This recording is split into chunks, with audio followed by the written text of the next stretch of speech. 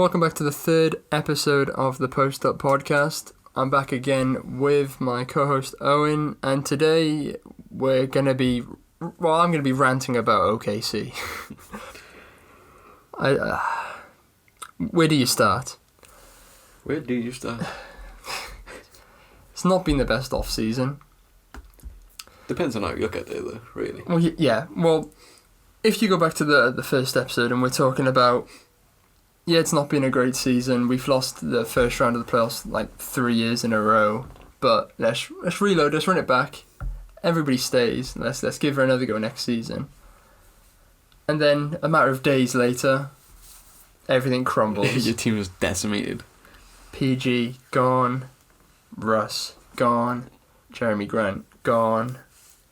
And we're left with Chris Paul. But we'll get to that. Watching the playoffs back and that game, the series against Portland, and just watching how bad we actually were. You don't realise it when you're first playing and you're in the emotion of the playoffs, but watching it back now and just seeing the rotations, the lack of defensive cover on Lillard, it makes me think now that maybe it wasn't entirely Russ's fault, but I think Billy Donovan has to take a lot of the blame. The fact that we allowed Lillard to enter our half unopposed, allowing him to set a high screen and getting a pretty much open three because nobody was following him, was pretty embarrassing. It wasn't a fun watch last night, looking back through all the playoff.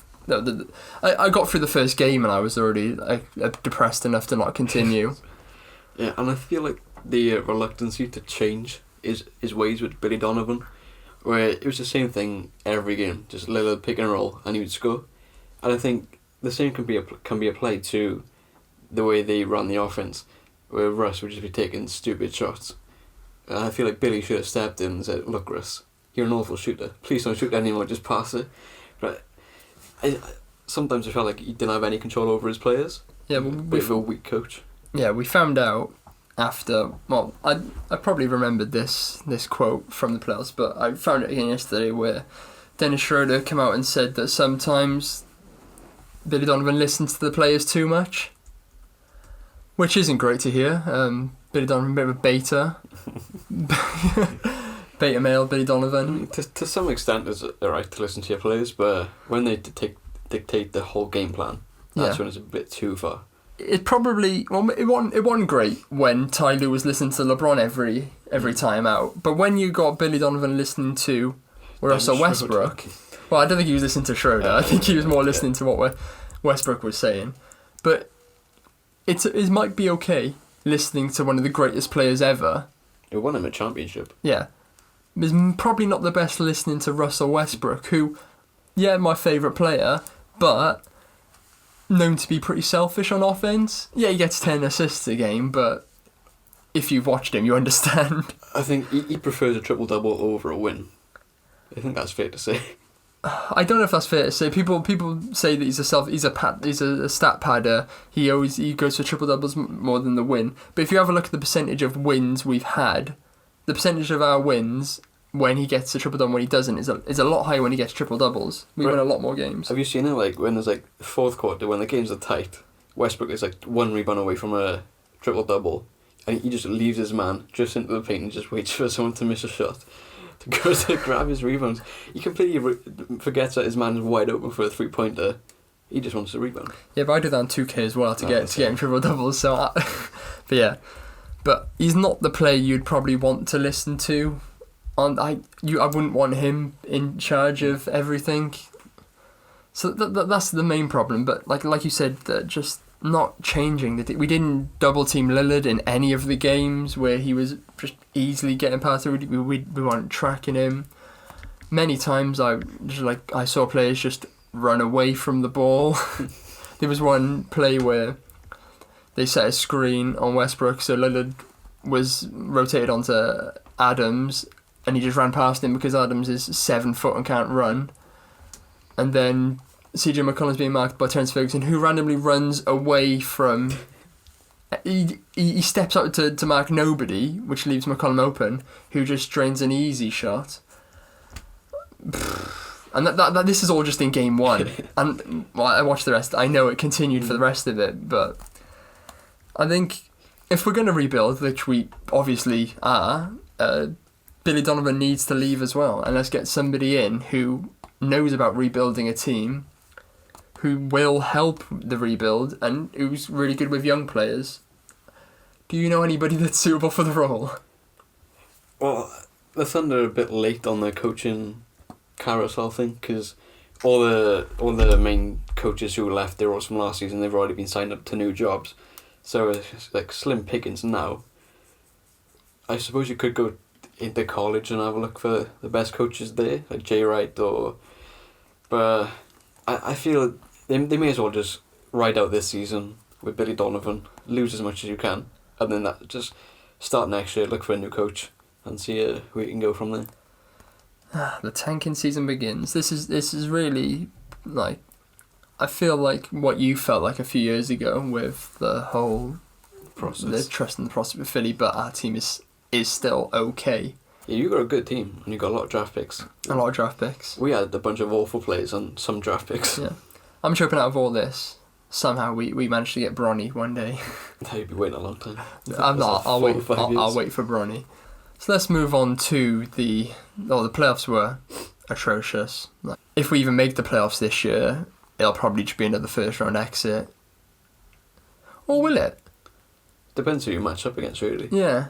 If we get the 8th seed, it's probably going to go badly. Yeah, and you're not going to get any higher than the 8th seed. Yeah. So first round exit, yeah. If you somehow make the playoffs, which I don't know how likely. Yeah, it depends if Chris Paul stays or not, because he's still good. He's not like you is, but he's still better than a lot of point guards in the league. Better than Westbrook. Yikes! Don't know if I'd much rather Westbrook stay than Chris Paul staying. But let's go to let's start with the Paul George trade.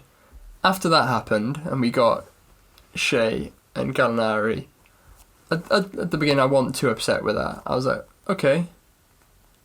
If we're not having a full rebuild. If Paul George wants to leave, we've got a great guard in Shea. I'm happy. I think he'll be a great player. Gallinari will get you 20 points a game. So that's probably a good trade. But then Russ goes, and we get Chris Paul. And I don't want Chris Paul. I don't think he's not the type of player that you'd want in a rebuild to carry the team. He's not the right player you want, like, for the atmosphere for all these young players to play with. You'd want somebody more experienced who'd be okay with losing all these games. Basically, you need to get rid of all, like, winners and keep these young players and see what they can do, instead of having these players who are used to winning and are going to get really toxic halfway through the season, like a Kyrie. But after Paul George was traded, I feel it was inevitable that Russ would get traded at some point. And a report came out from Woj that the Thunder wanted to send Westbrook where he wanted to go. So that could have meant passing up on a better trade option from Miami, because he wanted to go to Houston. Yeah, that's what I heard after, that Westbrook chose Houston over Miami, which hurts, because obviously we think Westbrook is Mr. OKC. We thought he's going to want the best for the team. He's going to let us get Tyler Herro or Justice Winslow. It'd be great. But no, we get Chris Paul and a lot of crying fans now. And a lot of draft picks. A lot of draft picks, yeah, but I'd still rather Herro. When you get to like 2022 or 2023, you could be like one of the best positions in the league with the draft picks from the Clippers and Houston. Because by that time, the odds of Westbrook and Harden or Kawhi and PG, the odds of them still being superstars in like 5 years' time is so slim. So you could be getting a lot of high draft picks which you could use in trades or to select players. The big word there is could. Yeah, it could. We could draft like excellent not first round picks, like good picks who will be superstars in the future, or we could end up getting players like Anthony Bennett and Markel Fultz. Like, I think the NBA proved this year anything is possible. Like, you literally can't write anything off. Like Kawhi and PG, their contracts are up in 2 years. they could be free agents again, and then you could have the next 6 or 7 years of high draft picks from the Clippers. That's what we're hoping for. We're hoping that something goes wrong sooner than that, to be honest, so we get picks now. But it's not going to be fun for these next few seasons. It won't be as bad as like prime process Philly. You never know. I'd like to think we'd win more than 12 games. I was saying to you earlier though, in like 4 or 5 years from now, when you're a good team, you'll look back on these days with fondness. You'll be like, oh, I miss those days. Like, not knowing which player's going to score over 12 points a game. Yeah, to be fair, Awesome. I'm excited at the idea of Hamid Diallo just turning up one game, putting up 25 points. Yeah, is that Deontay Burton, like, shooting, like, lovely threes. You could have, like, a meaningless game in the middle of January on a cold Tuesday night against the Clippers. And you think, oh, we're gonna lose by 35, and then Deontay Burton comes out of nowhere and drops 42 points and you win. Like, those type of moments, they stay with you forever. Yeah, that's the only like highlights. That's why I'm watching this season, just in the hope that Hamid Diallo gets 25 points in one game. In actual fact, Chris Paul would just hog the ball. Yeah, that's what we'll be like. Oh, Westbrook's gone. The fans are upset, but it's probably best for the club. And then Chris Paul comes in and just hogs the ball even worse than Westbrook did. Doesn't get the 10 assists because he's not passing it to anybody. Makes it toxic, and it turns into Cavs from a few seasons ago, but we don't get to the conference finals. And we don't get to the playoffs, and everybody just hates each other. Or more, Chris Paul hates everybody on the team, and all the kids are stood there crying, like Jimmy Butler did to Minnesota. So I think Chris Paul has to go before the season starts. But like, there's not many options. You could look at Detroit Pistons, because they might be desperate. Or Miami Heat, but what are you going to get back from? It sounds like Miami Heat have turned us down because they were more interested in getting Westbrook. They'd rather Westbrook than Chris Paul, for obvious reasons. Yeah, can't blame them. I thought we were doing Chris Paul a bit of a disservice, but he's not the player he was when he was at like the Clippers. But to get his contract off your books, you might have to give up like one of those picks you got from Houston or I'd LA. even take just trading him for picks. I don't think anyone would want to give you picks. And who could absorb his contract as well? No team in the NBA can absorb his contract, so you're gonna have to take some bad contracts back. Why do teams give bad contracts out? It ruins trades. I see a report like earlier or last night. Miami Heat, the only way they're gonna trade for Chris Paul is if you take on their bad contracts and you give them draft picks. Who's the bad contracts at Heat? James Johnson, Kelly Olynyk, Dion Waiters, Goran Dragic. Bring him back. Bring on Dion Waiters. They've got back. so many bad contracts. Will they give us Waiters and Justice Winslow? No, they're not giving him up. He's their future. I thought they said, because they didn't want to get with the Westbrook trade, they were willing to give us Hero and Winslow. They didn't want to get rid of Bam Adebayo. We'll take Bam Adebayo out of it. We'll give you Chris Paul, and just we can't just have Dion Waiters. You can't. I think the trade's gonna look like Chris Paul and like 2 future first round picks with Dion Waiters and Goran Dragic. Jesus, I wouldn't mind having Goran Dragic. I quite like. Sure, he's an expiring contract, so you're gonna get all that cap space back in the summer. Yeah, if we're looking to get on some bad contracts, let's get some small bad contracts. People on 1 or 2 years, not people on 5 years. Yeah. So we can actually get rid of them. Maybe you might be able to bait Charlotte into taking on his contract. Because they got like Batum, he's on 25 mil a year. So maybe Batum and Cody Zeller might be enough. Yes, please. Give us Batum. I think I said it. Did I say before? No, I said it for what's his name? Harrison Barnes. I said Harrison Barnes is going to end up at Thunder somehow in the next few years. But I would also take Batum. He's on a lot of money. We need a small forward. We don't have a small forward in our team. He's on 50 million over the next 2 years. And he averaged 9 points last year. Yeah, but Chris Paul, is he on 4 years? Yeah, 4 years. I'll take Batum on 2 rather than Chris Paul for 4. Because then we get that money back sooner. Mm. And then so 2 years, that's Paul George and Kawhi back in the market. No, you're not going to bring Paul George Paul back. George, imagine 2 years, Paul George comes back. That'd be like the biggest finesse job ever. Yeah, that'd be great. Get all in picks from the Clippers. Oh, imagine. Sign him back. Imagine. Oh, maybe Sam Presti is a genius. At least you got something to look forward to now over the next 2 years. Just pray that we get Paul George back. But Sam Presti's the real problem here. Do you think? I think he's done a good job. I mean, right now it doesn't look good, but when all the picks start flowing in. Yeah, you say that, but if obviously we're rebuilding now, we're officially in the rebuilding phase. When Paul George left, you're looking what players do we need to keep for this rebuild? Who has the most potential to become great players? Jeremy Grant's the number one player there. I don't get why they traded him. I'm looking at our team like from last season. So with the young players we've got with Diallo, Ferguson, Burton, Grant has got the most potential to be a great player. He shot good percentages. He came on so much from what he was like seasons before and what he was like at Philly and everything. So he's like not someone to build around, but someone you'd want to keep in a rebuild. He's just a good glue guy. You don't have to give him the ball, but when he does get the ball, he'll shoot and score. Yeah, good defender. He could shoot the threes. He could come inside and dunk. Good on defense. And we got picks for him. When Philly traded him, I was like, what the hell are we doing? We got Irsan Ilyasova. Like, why? Yeah. Why did we do that? Good trade, thanks for that. But yeah, he's gone now. So enjoying Denver. You're gonna have a great power forward there. Other than the Grant trade, though, I think Presti's done a great job getting back what he can for.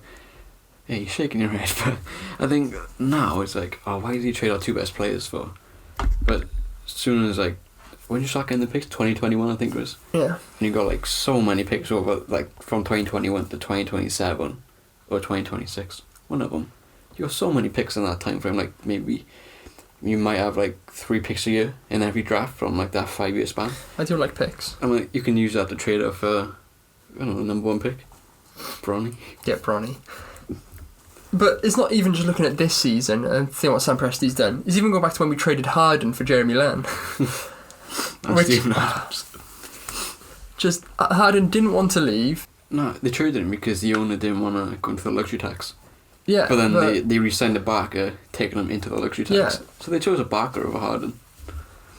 I mean, I don't think that was the right move, but no, it's definitely not the right move. But I mean, it's just mistakes throughout like the past, since Harden, that just let us down. Like, I don't want Sam. Like, I think if we're gonna rebuild, let's just wreck the whole ship. Presti out, Donovan out, trade Steven Adams, trade Chris Paul. Let's get everybody out. Let's sink the ship and let's start again. But then again, Presti was the one who drafted Durant, then Westbrook, then Harden, and a Barker.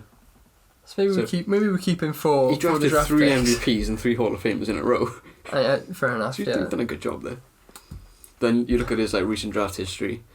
The only way you're gonna get drafted by OKC is if you're tall, athletic, and can't shoot. Yeah, recently it's just the same player every single year. Like Ferguson, Diallo, and now Basley and Roberson. Athletic and can't shoot.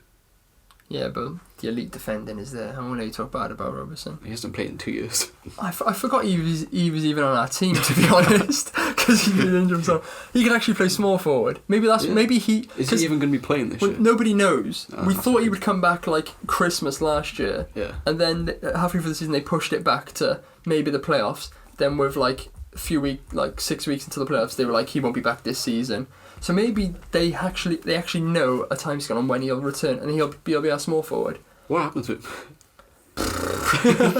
Where's he go? It's been so long I don't even remember what happened to him. But before he got injured, like people were talking highly of him, saying, "Oh, he's one of the best defenders, perimeter defenders in the league." Should we find out what actually happened to him? Then he disappeared for like 2 years. I don't even remember what injury he's got. Was it like a foot injury or ankle injury? So this was 2 months ago. Andre Robertson is on track to fully participate in training camp this fall. Yeah, it's nice to hear though. Making great progress 3 years ago. Yeah, so he should be back, or he might be back for the season. Well, when he initially did it, a report said he was only meant to miss 4 to 6 months. Yeah. So what's happened to him? It was January 2018. It's now halfway through 2019. Yeah. I think he had setbacks during like his rehabilitation. But yeah, if he comes back for the season, and he's the player who he was before the injury. Yeah, that's like a new signing. Maybe we trade Robertson as well. No, we can't. No, I say I say we keep Robertson and just hope he's the player he was. How many years has he got left on his contract? I think he's maybe 1 or 2 years. Yeah, I think he's got 2 years left. So it's not even that bad.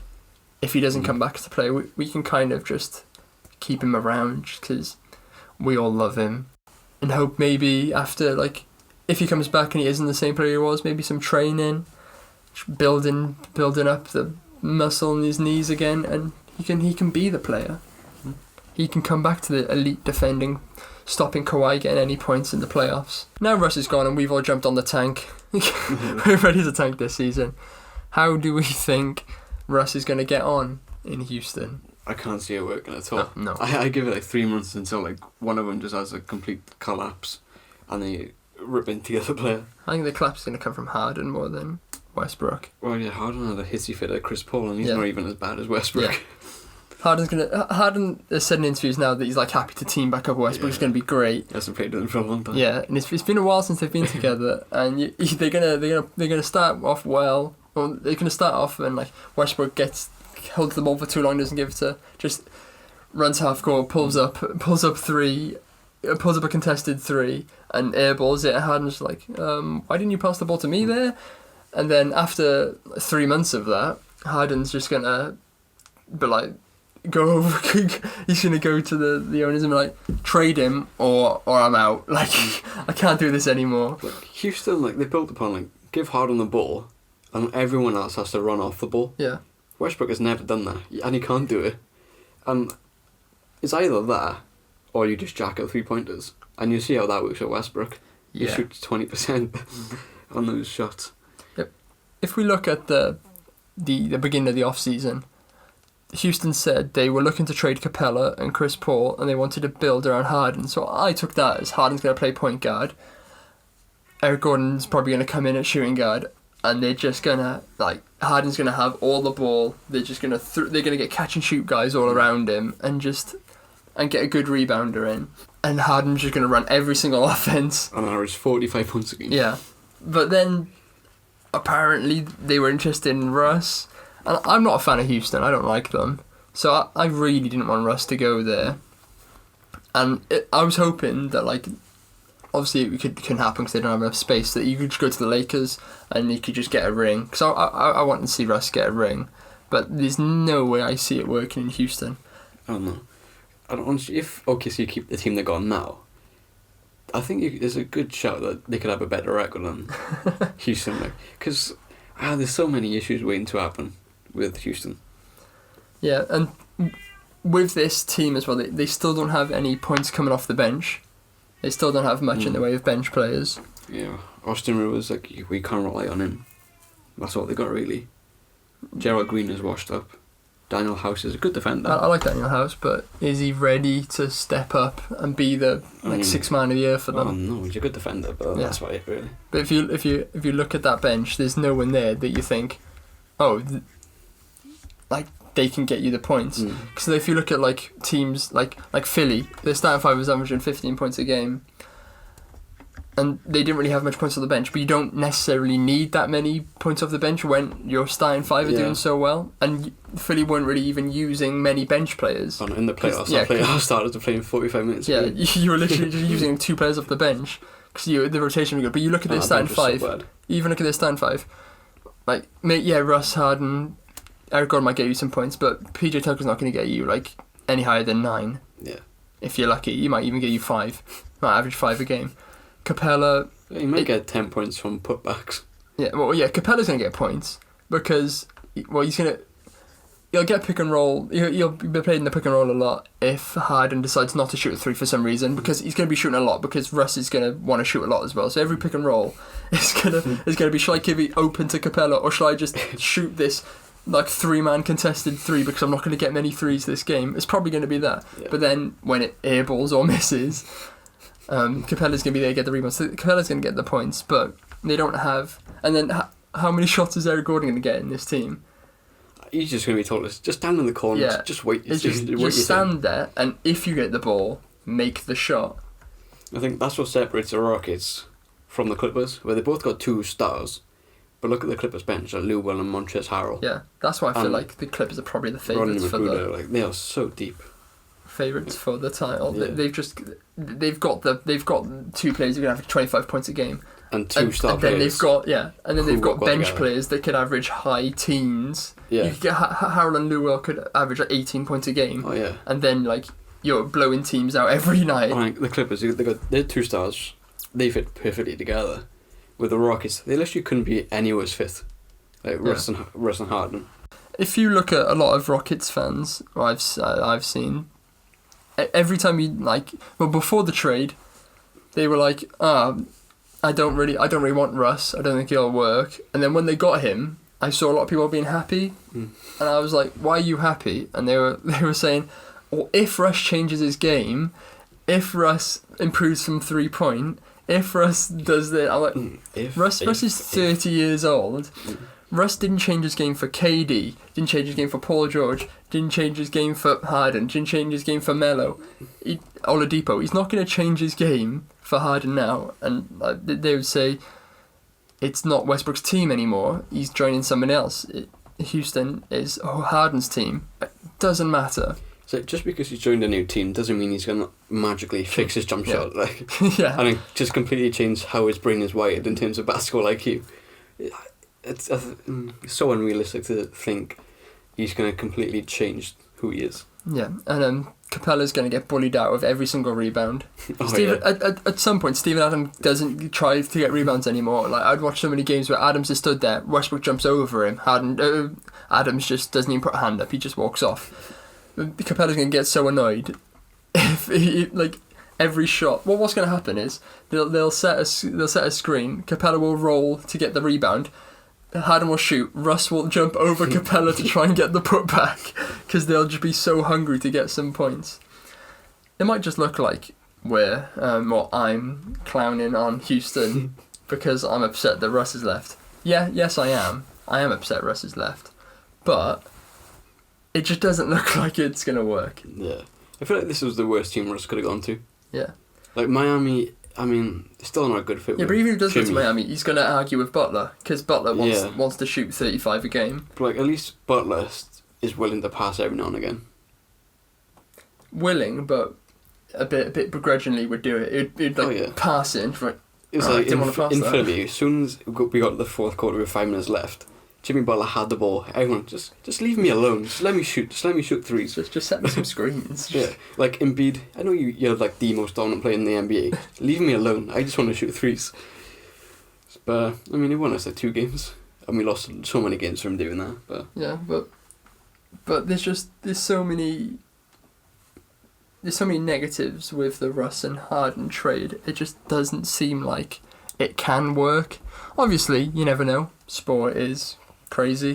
When the Rockets first traded for CP3, I was talking to one of my friends, and I was saying at the time, there's no way this is going to work. I thought within the first season there'd be issues, but they've lasted longer than I expected. Yeah. But they were always going to clash at some point, and I feel like the same is definitely going to happen at some point with Russ and Harden. It's just the type of player, we knew that Jimmy Butler was going to bully all the young players. Actually, we knew it wasn't going to work for Boston this season because Kyrie is so toxic, and we've kind of predicted that it might happen this season with the Nets. It is going to happen. It's not Mike. It's not. Okay, Owen's 100% throwing his hat in the ring. Definitely going to happen. But the Nets are ruined this season. I feel sorry for Karis LeVert. Yeah, Dinwiddie and LeVert might be crying. Kyrie and Dinwiddie are best friends. Are they? He was recruiting Kyrie during the season, but D'Angelo's back. Well, maybe they'll be friends until he starts shouting at him because he's missed an open 3 every game. But yeah, it doesn't look good for. Well, it looks good if you're a Houston fan and if you're got your tinted goggles on, you're thinking, yes, we got these guys back. They're going to be happy. It's going to be great. But everybody else is looking at this thinking, this is not going to work. It doesn't look good. Basically, they're what Thunder fans were for the last however many years. Yeah. Yeah, it's true. Yeah. So enjoy your first round knockout. Rockets is great. Enjoy that for the next 5 years when you've got Russ and Harden on your team. Thanks for listening to that episode of the Postup podcast. We'll be back in 2 weeks to discuss the Atlantic Division and what we think those teams are going to do in the season, how we think they did in the off season. Just looking up, just a nice preview to their season. Then until the start of the season, we'll be looking at all the other divisions. Thanks for listening. Follow us on Twitter, and we'll see you in 2 weeks.